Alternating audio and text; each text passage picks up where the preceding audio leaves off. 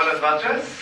Good evening. It's my distinct pleasure to be with you this evening to represent CIBC. Let's start by congratulating and recognizing the hard work and efforts of the men and women in the room this evening, not only for putting together this fantastic event, but we've also worked tirelessly to create the first professional organization that integrates the Latin American MBA graduates with the business community across Canada. LAMBA provides CIBC and its other corporate partners and sponsors a unique opportunity to reach an educated talent pool with the smarts and skills to be the leaders of tomorrow, but also with insights to a community that will continue to play an integral, important role in the growth of the Canadian and global economy. It's now my pleasure to pass the podium over to tonight's panel moderator, Victor Olvera. Victor is one of the founders and the current president of LAMBA. What is the value, or what are like the skills that the Canadian market can value about the Latin American culture? You understand, if you're from Colombia or Mexico or Chile, there are different nuances, different aspects of dealing with individuals in those countries, and you've got a great network, so leveraging that network is also really important. And very closely related to that, then, is your ability to influence, using strategic influence, by connecting people, here to the networks that you have in the countries. Your ability to just get to know people as individuals first and then talk about the business really helps to make a difference on getting things done and getting things done quickly. How would you describe the changes that you have to go through to adjust to this environment, this networking in Canada?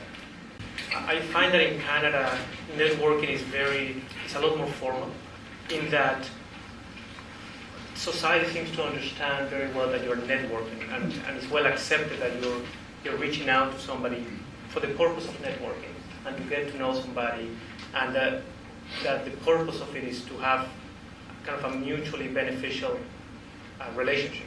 Networking is one of those things that we need. Eventually you will need, but it's very easy not to do anything for many years. So it takes work to network, but it's one of those things that I believe we need to do, because eventually that network, somebody said to me once, look after your network, because one day it will look after you. When you're networking, it's okay to ask for other contacts. Everybody accepts that. So you can meet with somebody and say, hey, listen, I'm interested in knowing more about this company or this industry. Do you know anybody? And people will normally, volunteer 2 or 3 names, and then you want to follow up. Susana, how would you describe the industry or the market in the financial services industry, or in general? From the industry perspective, particularly at the MBA level, I see all of the Canadian banks have quite solid programs of on-campus recruiting. There's ongoing on-campus recruiting during the year, some of them for full-time positions, which typically tend to happen in the fall.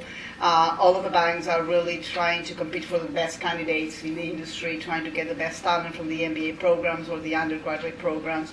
Are there any hot skills CIBC is looking for? I will break them down into 3 categories, whether as an MBA graduate or just generally as an individual looking for a job. Academics is one. Obviously, we need to have the academics and the technical knowledge, and especially in the wholesale banking industry, if you will, to land a job into that field. But equally strong, it's just any other, as we were referring before, any networking, soft skills, extracurricular activities that people want to lend themselves to be in the market, to understand the market, not just your credentials. In addition to that, I would say also your soft skills, and that's probably something that I will take pride as a Latin American myself, in terms of your people skills, your communication skill, the ability to be friendly and opened up and come across in a way that you're going to sell yourself to others, right? I find if all 3 of them work together, you're going to be very successful. What is different that now companies are forcing new candidates to come up with that? I think it's always important to think about what your unique offering is. What is it that you bring that's different from the person who's sitting beside you? But to also link that to what is the company looking for. So, do your homework. Get an idea of what the priorities are of the organizations. Again, use your network to your MBA colleagues, people who are in roles in organizations, and find out what the business issues are, and then think about the experience that you've had and the unique contribution that you can bring that also relates to what the company is looking for. Another component is leadership. Think about the roles that you've taken on in your personal life as volunteer roles, also in organizations that have really demonstrated what leadership competencies and leadership capabilities that you really have. You just talked about the value proposition, the differentiation. And is there something in addition to that you recommend for candidates in the first stage of the process, that is defining a value proposition, working on a resume, working on a cover letter, preparing this package before facing the market? I do think it's important, certainly for the program that we have, we don't just look at the resume, we also look at your cover letter, because that's got more of a personal side. It's how you express yourself. You can say so many different things in a resume, but it's what you choose to say and what you choose not to say that helps us get to know you. What do you say are some of the top strategies for differentiating? I think the most important thing you can do is network with a purpose. That purpose doesn't have to be overly complex, but you should at least introduce that notion, and you should have a sense of, I think, what it is you want to do. It's a very simple mnemonic. I am, I do, I want. So this is, and that's your brand. If you can take those things and articulate a brief overview of who you are, your elevator pitch, whatever you want to call it, that is applicable in almost any situation. I am, I do, I want. Pretty simple. I think the other thing is, and Barb made a reference to it, tell a story. Doesn't have to be anything unique, but it should say something about who you are. Oftentimes, I'll look at the interests. And what does this person do? They might have played competitive soccer, or they might have done this, or they might be very active in the charitable world. Those are interesting things, and they're things that people have a passion about. I want to know those things. And the final thing is get involved. The idea of mutual helping, and I was interested in your comments, Francisco, on Canadian networking. We're relative, I think, to Latin Americans, we're a rather closed-off culture, so we almost need something like LinkedIn to get things going. But with that in mind, I'm always impressed when people say, what can I do to help you? And generally, there isn't much. But I like the fact that they've taken the time to ask the question. I'm here to help them. And that's why, that whole notion of pay it forward, I think that's appropriate. Show up. Go to as many things as you can. Again, not just random things, but things that relate to what you're doing. Follow up.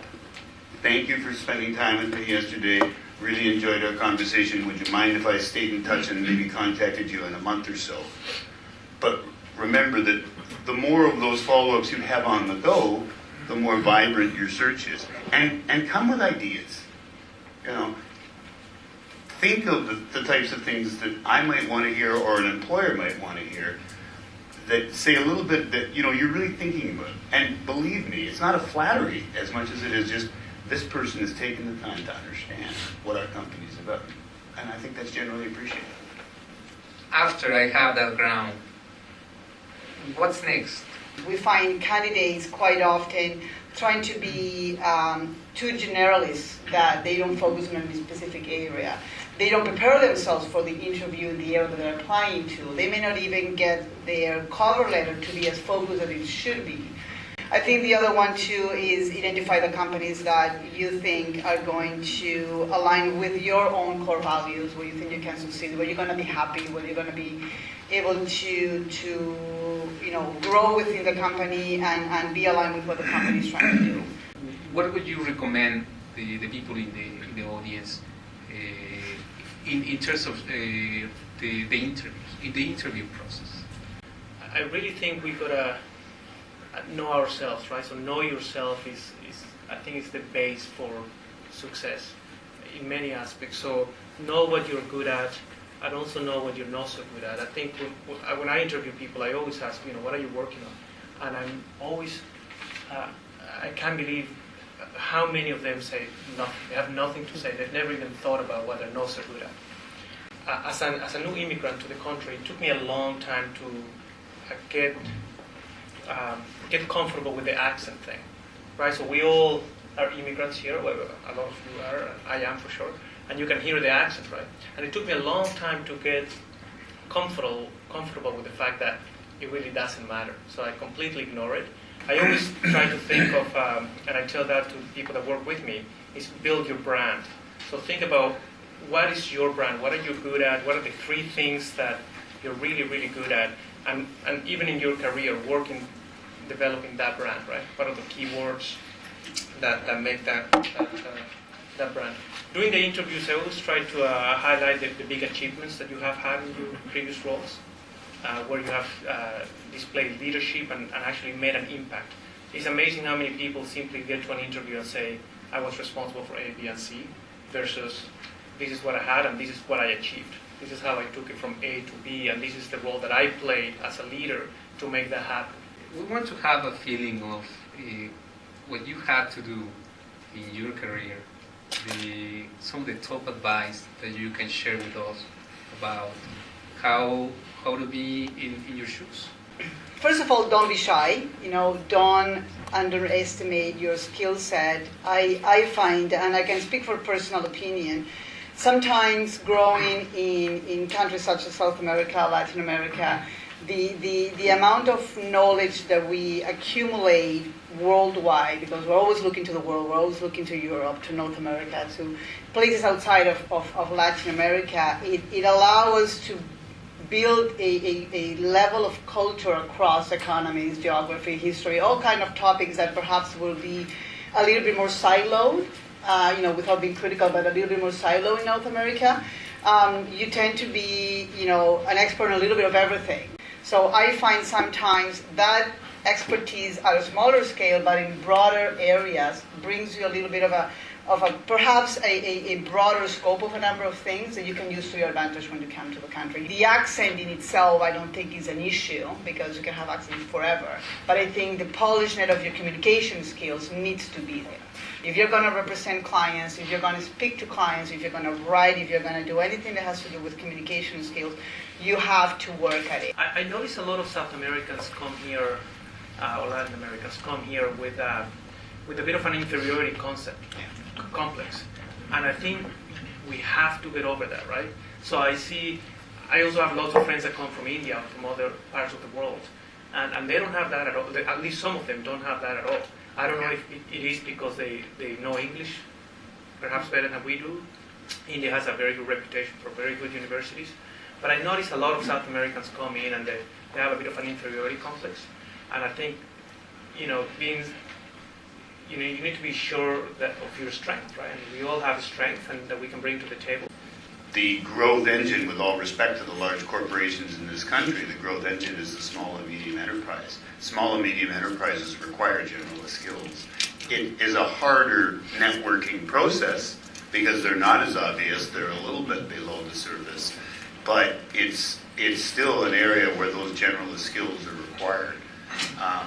My concern for people who come in with specialist skills is that they're going to get tracked into one particular type of undertaking, possibly for the rest of their careers, if they're not very careful. There are obviously opportunities to learn more generalist, particularly in larger corporations. Generalist skills are going to be more in demand, particularly over the next 5 to 10 years as the baby boomer age retires. And we're going to hit a point, I believe it's 2015, where for every one person entering the workforce, 2 will leave. So that's going to create a new demand for those types of skills. Thank you.